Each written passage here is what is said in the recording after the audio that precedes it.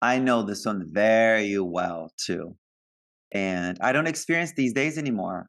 But there was a period that I would do anything and I would spiral right after, you know. And sometimes I would be like in line to meet a holy being in Nepal or in India, and I'll be like, why how did I even get here? Oh my God. Like literally to the point that I would be next and I would be like, they're gonna find out that I'm a fraud.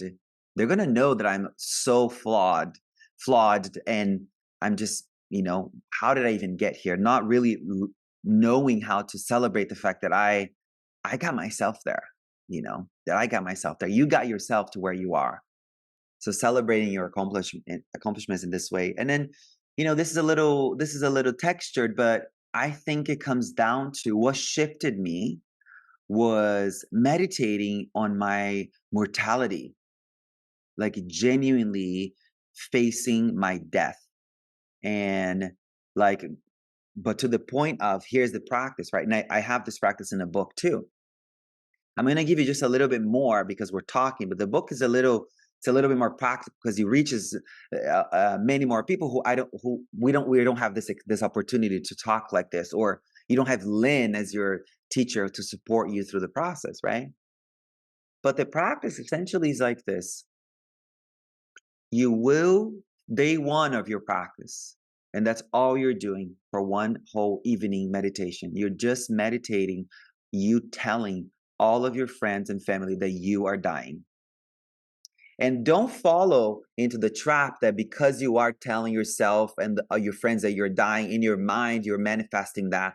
This is BS about this law of attraction stuff. Okay, we're practicing here. I'm speaking from a lineage that has factually produced liberated beings. So there's evidence that this practice really does help us to free ourselves from really pesky demons like the imposter syndrome. So day one, you're meditating that you're telling your friends and family that you are going to die. And there's no like, some of them you're gonna hear them back saying, no, let's hope, let's this. And you're like, no, like I'm going to die. Like I'm here to say my goodbyes. I'm here to unburden. I'm here to say, I forgive you. Please forgive me. And then day two, you have the closest friends there. And then you're interacting with that. And maybe like two friends and two family members. And then on the third day, you are alone because you're entering this next stage to the point where you see yourself drifting. You see the candle light of your awareness, of your soul, of your spirit flickering to the point of ending. If that doesn't set your spirit on fire, nothing else will. Are we communicating?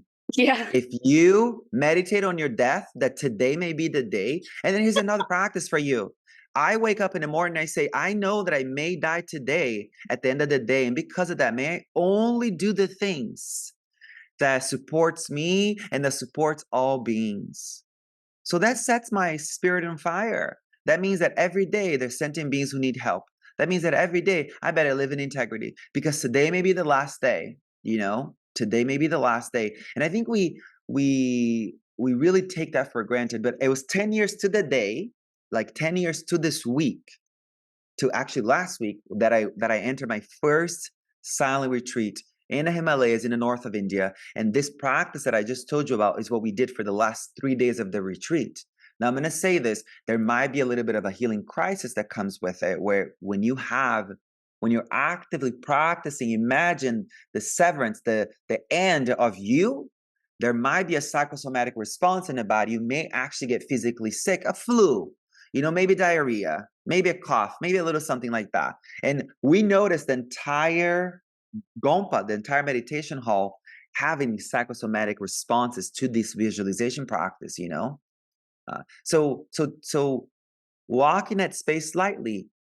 Or maybe you don't even need to do the practice. Just hearing these words, it's like enough with this. Like I only got today. I only have now. I'm gonna do it. So always think about your mortality. Always, always. It's the greatest practice. It's the greatest practice. Literally, it's such a powerful practice to realize, wow, like I will not, I won't be here. And then remember that we're all gonna be forgotten. we're all going to be forgotten. All of us, all of us. And they may find your writing 3, 4, 500 years after you're gone, and you may become a big prophet. And then we may just build churches and temples around your name and deify you and put you as a statue, and you're going to worship, and you're going to give us miracles from the other side. Maybe. How often does that happen? Like 0.0000001% of the population. So we don't have to aspire to become to be canonized and to be deified, but just remember, it should relax you that we're all going to be forgotten. Mm, It's just that. It's okay. It's okay. And anytime you spend in that worry mindset, oh, I don't know what to say, da da da. I clearly know from just talking to you for literally, you said, um, a few words. I know you know what you're talking about.